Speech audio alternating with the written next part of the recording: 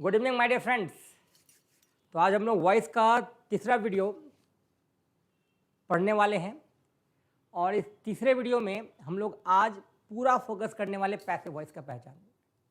ये वीडियो काफ़ी इंपॉर्टेंट इसलिए रखता है क्योंकि इस वीडियो के बाद आपको एक्टिव से पैसिव वॉइस बनाने में दिक्कत नहीं होने वाला है।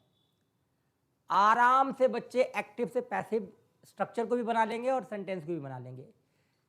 ये वीडियो में हम लोग समझेंगे कि कैसे हम लोग एक्टिव वॉइस को पैसिव वॉइस बनाते हैं, वो कौन कौन सा ट्रिक्स है जिसको हम लोग को एक्टिव से पैसिव वॉइस बनाने में इस्तेमाल करना होता है। ठीक है, चलिए तो समय वेस्ट नहीं करते हुए हम लोग आते हैं identification of passive voice. Passive voice का पहचान क्या होता है आज ये हम लोग जान लेते हैं। Identification of passive voice.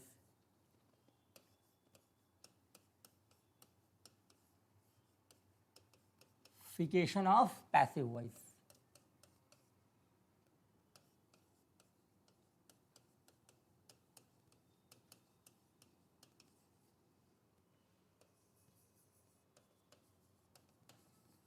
चलिए तो पैसिव वॉइस का पहचान क्या है।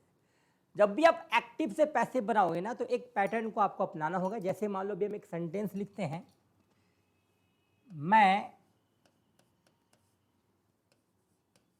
अंग्रेजी बोलता हूं। मैं अंग्रेजी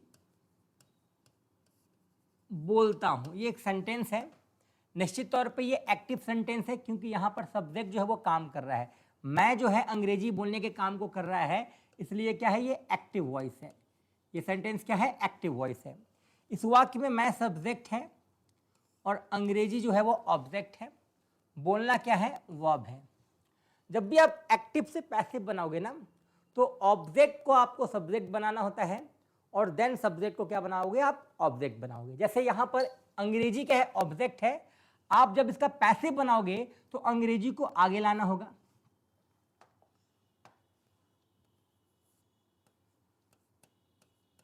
अंग्रेजी मेरे द्वारा बोली जाती है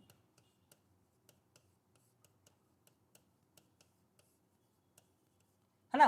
अंग्रेजी मेरे द्वारा बोली जाती है। यहां जो इंग्लिश ऑब्जेक्ट है यहां आके क्या बन चुका है, सब्जेक्ट। और जो मैं सब्जेक्ट है यहां आके क्या बन चुका है, ऑब्जेक्ट बन चुका है। मतलब आपको समझना क्या है, जब भी आप एक्टिव से पैसिव बनाओगे तो सब्जेक्ट और ऑब्जेक्ट दोनों एक दूसरे का स्थान क्या कर लेंगे, इंटरचेंज कर लेंगे। जैसे यहां पर जो मैं सब्जेक्ट है यहां आके ये ऑब्जेक्ट बन चुका है और यहां जो ऑब्जेक्ट अंग्रेजी है यहां आके क्या बन चुका है, सब्जेक्ट बन चुका है। निश्चित तौर पे ये जो अंग्रेजी है ये सब्जेक्ट है लेकिन ये नॉट डूअर सब्जेक्ट है, क्योंकि यहां पर अंग्रेजी कोई काम नहीं कर रहा है। और मैंने बताया था कि जहां सब्जेक्ट नॉट डूअर हो उसको हम लोग क्या बोलते हैं, पैसिव वॉइस। तो ये जो सेंटेंस है ये क्या हो जाएगा, पैसिव वॉइस हो जाएगा। एकदम आसान सा कंसेप्ट है। जब भी आप एक्टिव से पैसिव बनाओगे तो सब्जेक्ट को क्या बना देना है, ऑब्जेक्ट, और ऑब्जेक्ट को क्या बना देना है, सब्जेक्ट। जैसे मान लो यहां एक सेंटेंस है,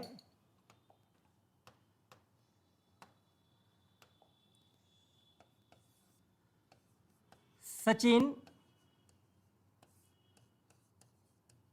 क्रिकेट खेलता है। सचिन क्रिकेट खेलता है। इस वाक्य में सब्जेक्ट कौन है, सचिन है। और सचिन जो है वो क्या कर रहा है, क्रिकेट खेलने के काम को कर रहा है। तो निश्चित तौर पे सब्जेक्ट जो है वो काम कर रहा है, इसलिए हम लोग उसको क्या मान लेंगे, एक्टिव वॉइस मान लेंगे। इसको क्या मान लेंगे, एक्टिव वॉइस मान लेंगे।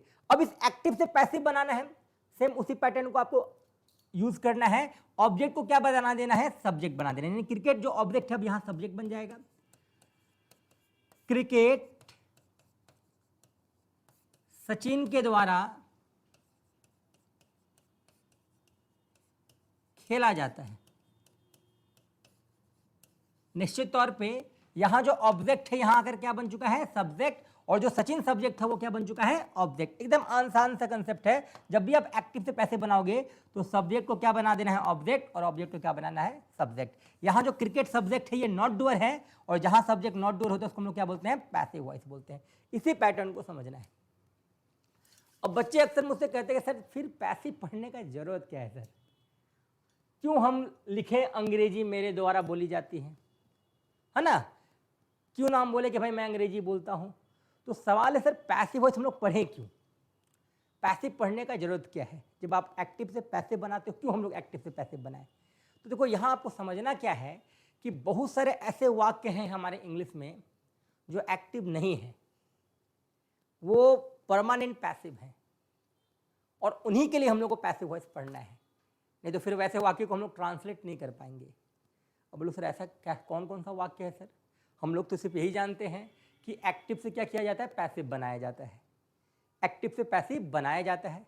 अब सवाल है सर कौन कौन सा ऐसा वाक्य है जो पैसिव ही है, तो कुछ एग्जाम्पल मैं भी बता रहा हूँ। जैसे कि एग्जाम्पल है किताबें छपती हैं, किताबें छपती हैं। अब सोच के बताओ क्या किताब खुद छपेगा, क्या किताब खुद छपेगा, नहीं ना, तो ये पैसिव वॉइस है और ये एक्टिव नहीं हो सकता। ऐसे वाक्य को हम लोग डायरेक्ट पैसिव वॉइस बोलते हैं। तो इसी के लिए हम लोग को पैसिव वॉइस पढ़ना है। क्रिकेट भारत में खेला जाता है, क्रिकेट भारत में खेला जाता है, तो भाई क्रिकेट क्या है, खुद खेलेगा क्या, नहीं, ये डायरेक्ट पैसिव है। तो ऐसे बहुत सारे वाक्य हमारे पास हैं जो डायरेक्टली पैसिव में ही है ना, कुर्सी टूटती है, ट्रेन चलती है ना, उसे बुलाया जाता है, बच्चों को पुरस्कृत किया जाता है। बहुत सारे ऐसे वाक्य हैं हमारे सामने जो डायरेक्टली पैसिव में हैं। तो हम लोग को एक्टिव से पैसिव तो सीखना है ही। एक्टिव से पैसिव बनाने का पैटर्न मैं समझा चुका हूं कि जब भी आप एक्टिव से पैसिव बनाओगे तो सब्जेक्ट क्या बन जाएगा, ऑब्जेक्ट, और ऑब्जेक्ट क्या बन जाएगा, सब्जेक्ट। लेकिन हम लोग को पैसिव वॉइस इसके लिए नहीं पढ़ना है। बहुत सारे ऐसे भी वाक्य हैं जो परमानेंट क्या है, पैसिव है, तो उनके लिए हम लोग को पैसिव वॉइस पढ़ना है ना। तो पैसिव वॉइस जो है, एक तो हो गया एक्टिव से पैसिव, और दूसरा क्या हो गया जो परमानेंट पैसिव वॉइस है ना। लाइक किताबें छपती हैं, बाजा बजता है, ट्रेन चलती है, क्रिकेट खेला जाता है, भारत में अंग्रेजी बोली जाती है। तो बहुत सारे ऐसे वाक्य हैं जहां सब्जेक्ट नॉट डूअर है। अंग्रेजी बोली जाती है, तो क्या अंग्रेजी खुद बोलता है क्या, तो ऐसे वाक्यों के लिए हम लोग को पढ़ना है। यानी हम लोग को पैसिव वॉइस दो प्रोसेस से पढ़ना है, एक एक्टिव से पैसिव और एक उस पैसिव को पढ़ना है जो पैसिव में ही है। तो पैसिव इसलिए जरूरी है क्योंकि कुछ वाक्य पैसिव में ही है जिसको हम लोग को पैसिव रूल में ही ट्रांसलेट करना है। आप उसको एक्टिव रूल से ट्रांसलेट नहीं कर सकते हैं, उनके लिए हम लोग को पैसिव पढ़ना है। ठीक है, चलिए अब सवाल है कि जब हम लोग एक्टिव से पैसिव बनाते हैं तो कौन कौन से प्रोसेस को हम लोग को फॉलो करना होता है। तो एक्टिव से जब हम लोग पैसिव बनाएंगे तो उसमें एक चीज समझना आप लोग को, आप टेंस पढ़े हैं है ना, तो टेंस में आपने क्या पढ़ा है, आपने पांचों वर्ब का इस्तेमाल किया है। आपने V1 का भी इस्तेमाल किया होगा टेंस में, V2, V3, V4, V5, आपने सारे वर्ब का इस्तेमाल किया होगा, V1, V2, V3, V4, V5। अब जहां हम लोग वॉइस की बात करेंगे, वॉइस, तो वॉइस में हम लोग हमेशा एक ही वर्ब का इस्तेमाल करते हैं। वॉइस में सिर्फ एक ही वर्ब लगता है और वो एक वर्ब है V3। बहुत सारे बच्चे पूछते हैं सर V3 क्यों, वॉइस में V3 क्यों। ये एक सवाल है कि सर वॉइस में V2 क्यों नहीं, V5 क्यों नहीं, हमेशा V3 क्यों लगाते हैं।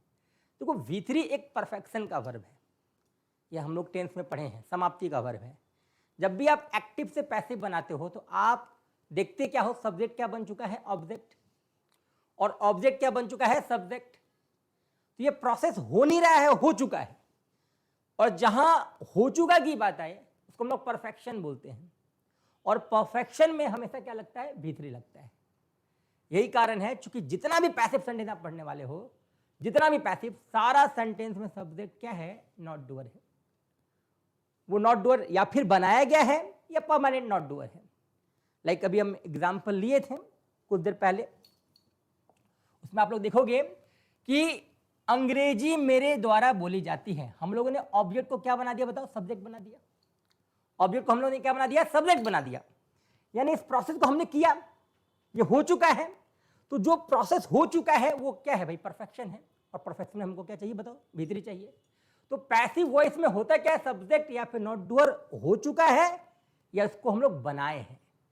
कुछ सेंटेंस ऐसे हैं जहां परमानेंट सब्जेक्ट क्या है, नॉट डूअर है। मैंने बताया किताबें छपती हैं, कुर्सियां तोड़ी जाती हैं, बच्चों को पढ़ाया जाता है, अंग्रेजी भारत में बोली जाती है, यहाँ सब्जेक्ट क्या है, नॉट डूअर ही है।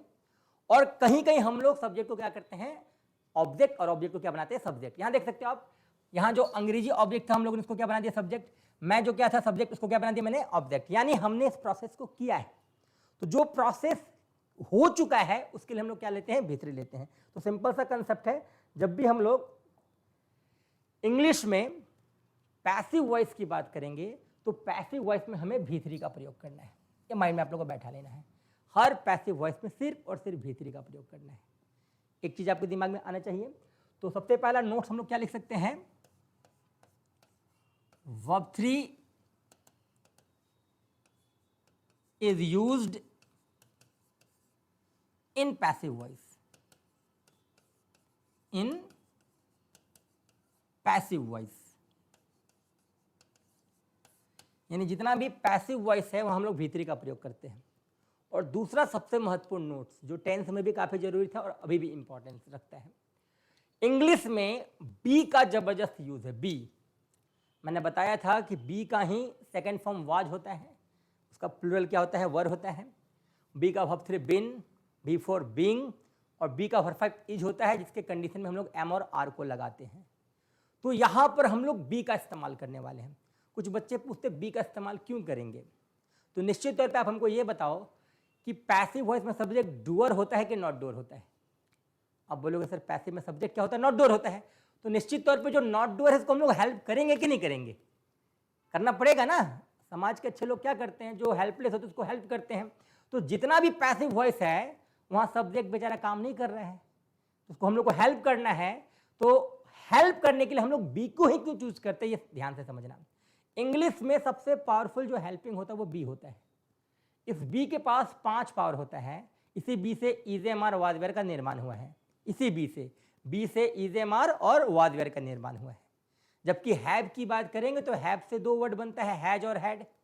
हैव से 2 वर्ड, हैज और हैड, और डू से भी 2 वर्ड, डज और डिड। तो इंग्लिश का सबसे पावरफुल हेल्पिंग वर्ब कौन होता है, बी होता है। तो जब अगर हमको हेल्प लेना ही है तो हम लोग कमजोर से क्यों हेल्प लेंगे, है ना। अगर लोन लेना ही है तो छोटा मोटा बैंक से क्यों लेना है, बड़े बैंक से लेना है। तो निश्चित तौर पे पैसिव वॉइस में सब्जेक्ट क्या होता है, नॉट डूअर होता है।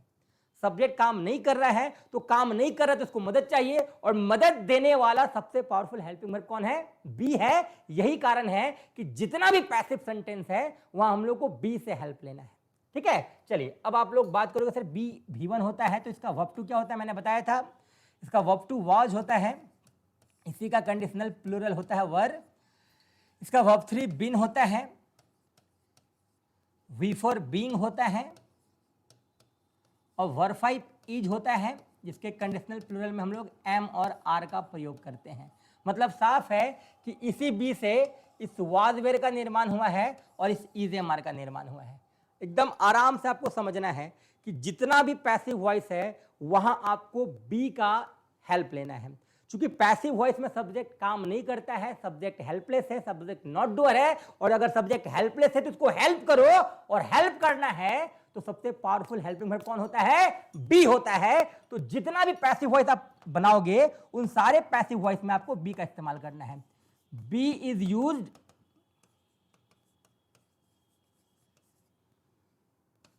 To help the subject in passive voice, in passive voice.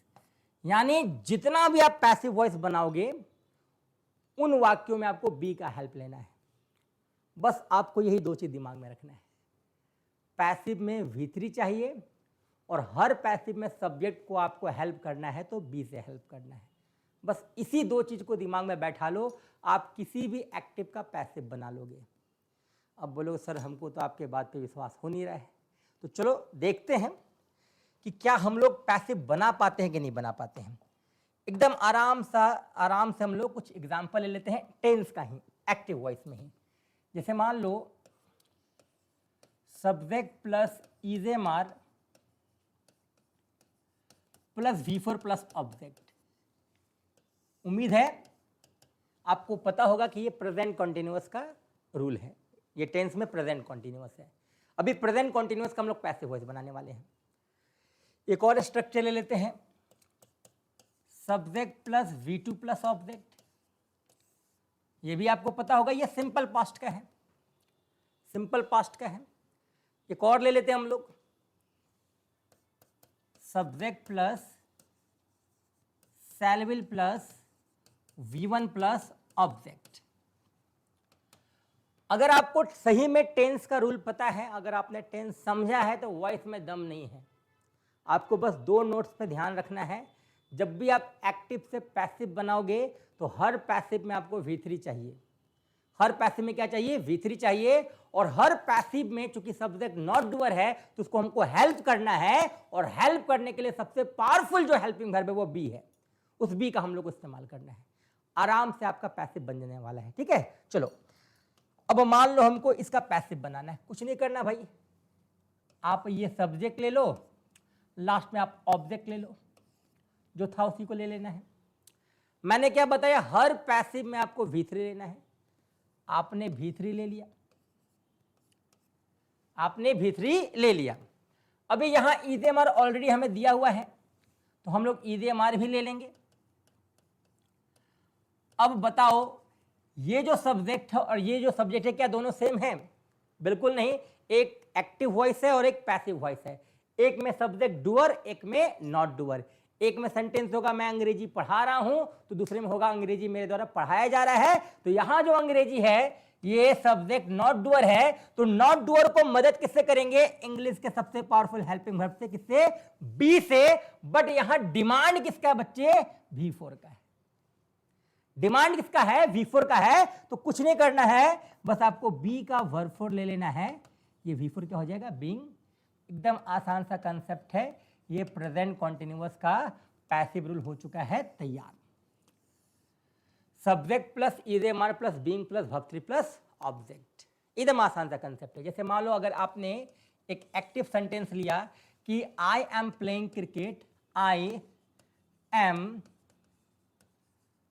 Playing cricket, तो मैंने बताया था कि जब भी आप एक्टिव से पैसिव बनाते हो तो ऑब्जेक्ट को आपको क्या बना देना है? सब्जेक्ट बना देना है। ऑब्जेक्ट को क्या बना देना है? सब्जेक्ट बना देना है। तो अब यहां जो क्रिकेट ऑब्जेक्ट है, यहां क्या बन जाएगा? सब्जेक्ट बन जाएगा।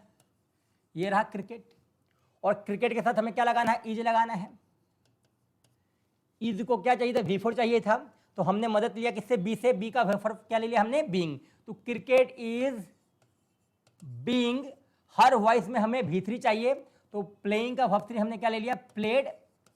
द्वारा का इंग्लिश क्या हो जाता है? बाई। और यहां जो सब्जेक्ट आई था ये सब्जेक्टिव केस था, यहां ऑब्जेक्टिव केस होगा, तो यहां आई का ऑब्जेक्टिव केस क्या हो जाएगा? मी हो जाएगा। Cricket is being played by me. एकदम आसान सा कंसेप्ट है। बस आपको दो चीजों को ध्यान में रखना है। हर पैसिव में V3 चाहिए, मतलब चाहिए, और जितना भी पैसिव है उसको हेल्प का जरूरत है, क्योंकि सब्जेक्ट नॉट डूअर है भाई। तो जब सब्जेक्ट नॉट डूअर है तो उसको बी से हेल्प करो। बी ही क्यों? क्योंकि सबसे पावरफुल हेल्पिंग वर्ब बी होता है। तो निश्चित तौर पे आप इस रूल को समझ चुके होंगे। अब इसकी बात करते हैं, subject plus V2 plus object. ये निश्चित तौर पे सिंपल पास्ट का रूल है। एक्टिव वॉइस है, आपको पैसिव लेना है। कुछ नहीं करना माय डियर फ्रेंड्स, सब्जेक्ट और ऑब्जेक्ट रहेगा ही रहेगा। अब आप बताओ पैसिव वॉइस में हमें कौन सा वर्ब चाहिए? आप बोले सर V3 चाहिए। अभी आपने बताया है तो V3 ले लो। हमने V3 ले लिया, लेकिन यहां पर जो सब्जेक्ट है ये नॉट डूअर है, काम नहीं कर रहा है, तो हमको मदद किससे लेना होगा? बी से लेना होगा। लेकिन बी जो है यहां V4 में इसलिए कन्वर्ट हुआ क्योंकि ये प्रेजेंट कंटीन्यूअस का सेंटेंस था। ये तो सिंपल पास्ट है ना, जहां V4 का डिमांड था वहां हमने बीइंग लिया। यहां तो V4 नहीं है, यहां V2 है। तो भाई V2 क्या होता है? बी का। तो बी का वर्ब 2 क्या होता है? वाज और वर होता है। हमें यहां क्या करना है? वाज और वर का इस्तेमाल कर देना है। इससे आसान ट्रिक्स कहीं नहीं मिलने वाला है। एकदम आसान सा कंसेप्ट है। आपने 10 समझा, आपको वॉइस समझ में आ जाएगा। बस आपको दिमाग में रखना है हर वॉइस में V3 चाहिए, और हर पैसिव में सब्जेक्ट चूंकि नॉट डूअर होता है तो V3 के साथ बी का भी हेल्प ले लो। अब आप बताओ, क्या आप इसका पैसिव बना सकते हो? क्या आप इस एक्टिव वॉइस का पैसिव बना सकते हो? बिल्कुल आप बना सकते हो। कुछ नहीं करना है, यहां ले लो सब्जेक्ट, इधर ले लो ऑब्जेक्ट। वॉइस का मतलब V3, वॉइस का मतलब V3। हमने V3 ले लिया। यहां शैल विल है तो शैल विल भी ले लो। और फिर से बताओ, क्या ये सब्जेक्ट और ये सब्जेक्ट सेम है? बिल्कुल नहीं। ये सब्जेक्ट डूअर और ये नॉट डूअर, नॉट डूअर को हम लोग हेल्प करेंगे किससे, बी से, लेकिन बी जो है वर्ब के रूप के अनुसार बदलता है। यहां V4 था तो हमने बीइंग लिया, यहां V2 था हमने वाज वेड लिया, हियर वी नीड V1, तो बी V1 ही होता है ना भाई, तो बस यहां बी लगा दो, काम खत्म। एकदम आसान सा कंसेप्ट है। अगर आपको वॉइस बनाना है एक्टिव से पैसिव में तो बस आपको हर पैसिव में V3 लगाना है, ये आपको दिमाग में रखना है। और जितना भी पैसिव है उसमें सब्जेक्ट हेल्पलेस होता है, तो हेल्पलेस सब्जेक्ट को हमें हेल्प करना है और हेल्प बी से ही करना है, क्योंकि सबसे पावरफुल वर्ब बी होता है। सबसे पावरफुल हेल्पिंग वर्ब क्या होता है, बी होता है। अगर डिमांड V1 का है तो बी लगा दो, डिमांड वर्ब 2 का है तो बी का वर्ब 2 वाज वर्ब लगा दो, अगर डिमांड वर्ब 3 का है तो बिन लगा दो, डिमांड V4 का है तो बिंग लगा दो, और अगर डिमांड V5 का है तो फिर डिमांड लगा दो, बात खत्म। बस इसी कंसेप्ट को आपको समझना है। उम्मीद है ये वीडियो आपको समझ में आया होगा। बहुत बहुत धन्यवाद।